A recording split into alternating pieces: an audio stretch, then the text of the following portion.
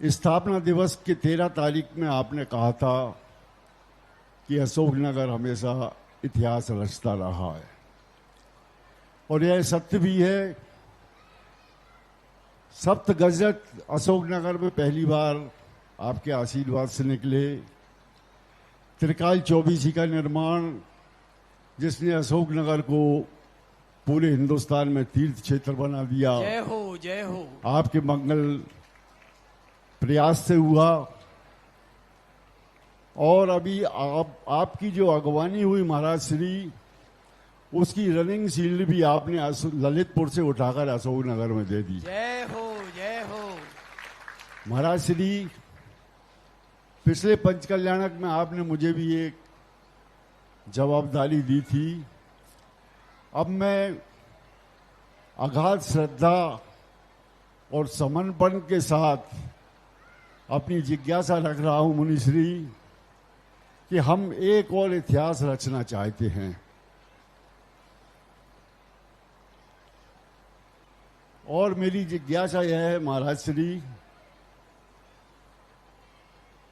कि आचार्य श्री समय सागर जी के संग में किसी भी तरह की प्रतिकूल प्रतिक्रिया ना आए,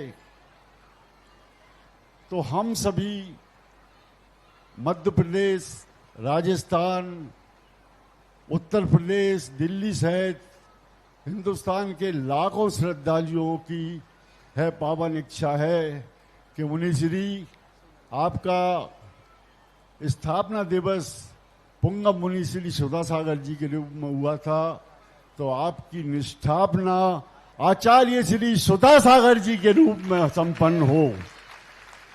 इसके लिए मुनिश्री, हम श्रावकों को किस तरह का पुरुषार्थ करना पड़ेगा कि यह संभव हो सके, कृपया उचित मार्गदर्शन दें।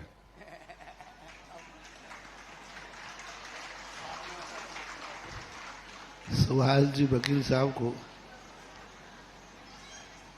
बहुत साल पहले इनके मामा जी, नाना जी कौन थे, शिखर चंद जी कौन थे, मामा जी, वो सुभाष जी को मेरे पास लाए थे पहली बार, जब यहीं सबसे पहली बार आए। उन्होंने कहा था, महाराज जी, उन्होंने जो कहा था, इस बच्चे को जोड़ना है। मैंने कहा बस आने की देरी थी, वो तो जुड़ गया। जय हो जय हो। और इसी का परिणाम देखो, आज तक जुड़ा है। हम राजस्थान गए तब भी सुभाष जी का आना जाना कई बार हुआ। तो एक बार व्यक्ति सच्चे दिल से, समर्पण से जुड़ जाता है, तो फिर भली दूरियां कितनी हो जाएं, अलहदा हो सकता है, अलविदा नहीं हो सकता। जय हो जय हो। दूरियां तो हो। अब जो प्रश्न तुमने पूछा है,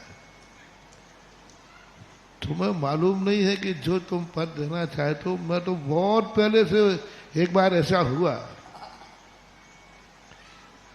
आचार्य तो बहुत, एक आचार्य महाराज आए तो वो थोड़े शीतलाचारी थे, तो मैंने उनका ज़्यादा वो अभिवादन नहीं किया। तो उन्होंने आके कहा कि देखो, आप मुनि हैं, हम आचार्य हैं, तो आपने जो अभिवादन नहीं किया, तो क्या आप आचार्य हैं?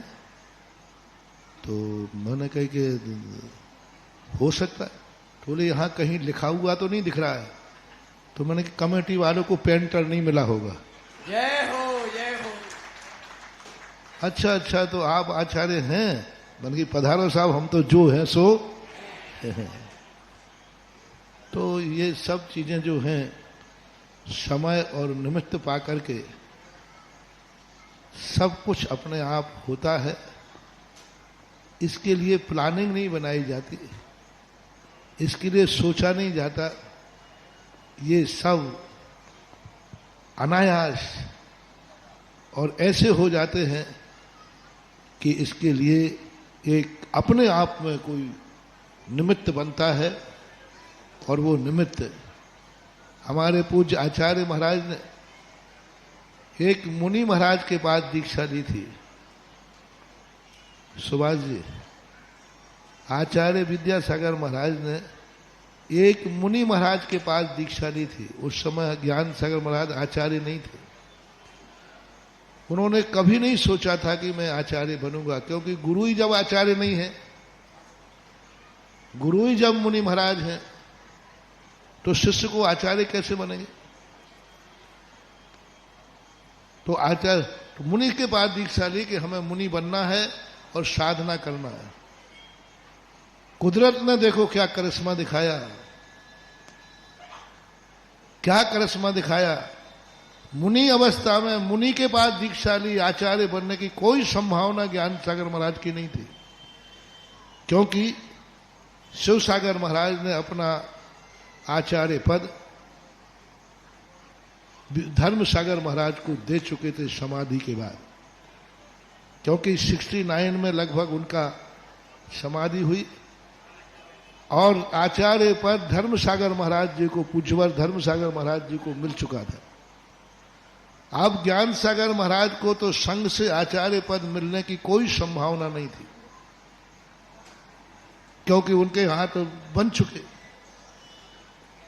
और मुनि जी मुनि गुरु मुनि हैं, लेकिन क्या कुदरत ने करिश्मा दिखाया कि सारे भारत के सर्वश्रेष्ठ आचार्य कौन बने। बोलो ना जल्दी। संत शिरोमणि आचार्य विद्यासागर महाराज। उन्होंने भी नहीं सोचा, जनता ने भी नहीं सोचा था, क्योंकि ज्ञान सागर को कभी आचार्य बनना नहीं है, क्योंकि उनका परंपरा में आचार्य बन चुके हैं। एक आचार्य बनना था तो वो बन चुके, धर्म सागर महाराज जी बन गए थे और इनके पास उन्होंने दीक्षा ले ली। उस समय सब पट्टाचार्य मौजूद थे और उनके पास दीक्षा ली इन्होंने। ज्ञान सागर के गुरु मौजूद थे सुभाष जी।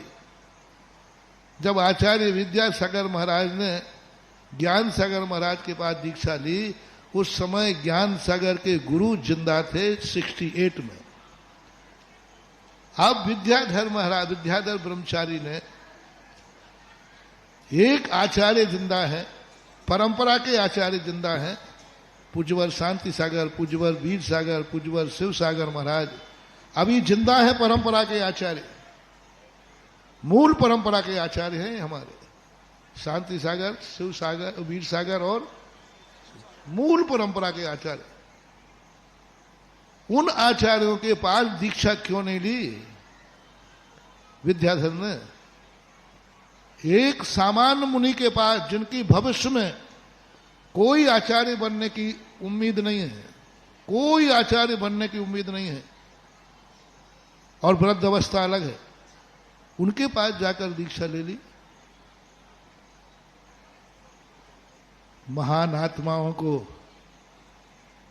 कुर्सी पर नंबर नहीं डाला जाता, जिस कुर्सी पर बैठ जाते वही नंबर 1 हो जाता है। उनके लिए कोई प्लानिंग नहीं थी। आचार्य श्री ने खुद नहीं सोचा था कि कभी मैं आचार्य बनूंगा। ज्ञान सागर महाराज ने नहीं सोचा था कि मैं आचार्य बनूंगा और मेरा शिष्य पट्ट शिष्य बनेगा। लेकिन क्या कुदरत ने लाके रख दिया, क्या कुदरत ने रखा कि आचार्य श्री मुनि बने थे। जीवन भर का यही था, लेकिन कुदरत ने, इसलिए महान आत्माएं, मैंने कहा था शेर की कोई आसन नहीं होती, वो जहां बैठ जाता है वही सिंहासन हो जाता है। जय हो। इसलिए हमारे आचार्य ज्ञान विद्यासागर महाराज का भी ऐसे ही कुदरत ने सब कुछ किया। ना कोई प्लानिंग बनाई गई, ना कोई उन्होंने बताया, ना जनता ने कहा।